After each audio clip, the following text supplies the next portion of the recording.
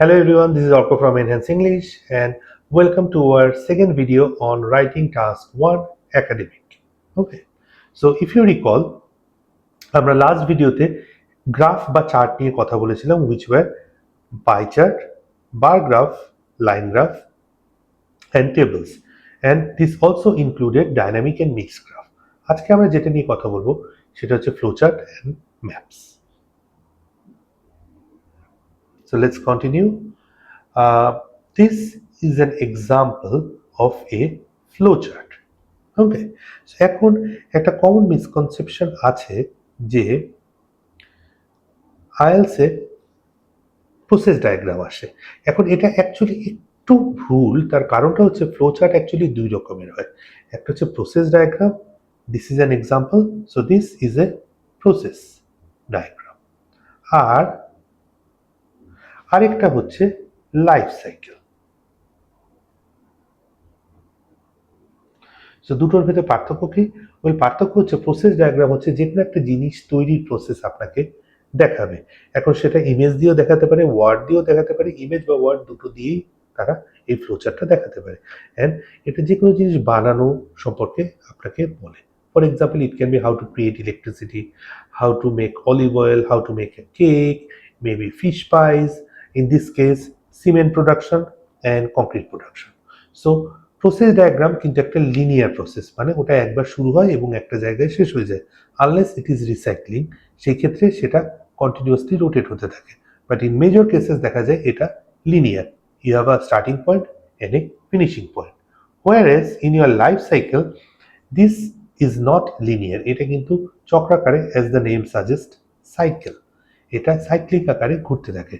So একটা adult, একটা বাচ্চা, সে বড় হয়ে অ্যাডাল্ট হলো, অ্যাডাল্ট হওয়ার পর তারপর সেটা ডিম দিল, ডিম ফুটে আবার বাচ্চা বেরোলো, and the process starts all over again. So এই দুটো কিন্তু আপনাদের ফ্লোচার্টের আন্ডারে পড়ে। ওকে, এবং এখানে আপনারা দেখছেন এর আগের ভিডিওতে আমি যে বলেছিলাম যে নাম্বার আপ অ্যান্ড ডাউন করে, এখানে নাম্বারের কিছু নেই, এখানে জাস্ট আপনার প্রসেসটা একটার পর একটা স্টেপ বাই স্টেপ বলে যেতে হবে। So firstly, secondly, after that, এরকম করে করে আপনাকে ওয়ান বাই ওয়ান স্টেপ বলে যেতে হবে। লাস্ট স্টেপের আগে আপনি ফাইনালি দিয়ে you can finish it off. So that takes care of our flowchart. And the last one is maps.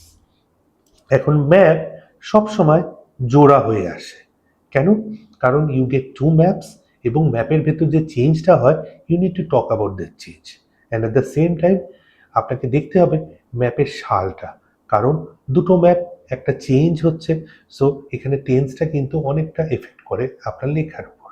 So দুটো ম্যাপ দেবে, আপনাকে এই দুটো ম্যাপের চেঞ্জ যেটা আছে সেটা বর্ণনা করে you just have to describe the whole thing, যে the change that has taken place. And there you go. Oh, by the way, maps আপনার যে আমি বললাম জোড়া করে আসে, on rare occasions তিনটাও কিন্তু আসতে পারে। So watch out for those ones. Okay, তাহলে that takes care of our writing task 1 video. So basically কি করতে যাবেন, let's look at the points. So this task এটা পার্ট 1 এ আসে এবং এটার জন্য আপনাকে 20 minutes টাইম দেওয়া হয় and 150 ওয়ার্ডস আপনাকে অ্যাটলিস্ট লিখতেই হবে।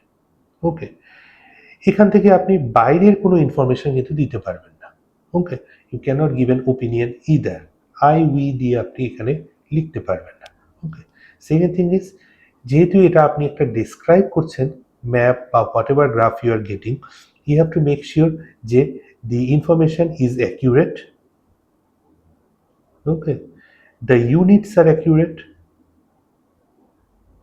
ওকে, সো ইউনিটস এবং information, both of these should be accurate. এবং এটা ছোট হলেও please note, you must brainstorm, this is something that is very important. You must plan before you start writing. আপনার কাছে পেন অ্যান্ড পেপার থাকবে, note down the important points, যাতে লেখার সময় আপনাকে এটা নিয়ে নতুন আইডিয়া আপনার মাথায় না আসে। Once you do the planning, then start writing. আমি বিলিভ করি যে আপনি যদি 5 মিনিটের মতো এটা নিয়ে প্ল্যান করেন, no matter whatever you get here in task 1, 5 minute যদি প্ল্যান করেন, লিখতে গেলে দেখা যাবে আপনার 5 থেকে 7 মিনিট আরও সেভ হবে। ওকে, so that's all for today. I will see you in the next video on writing task 2. Take care and have a nice day.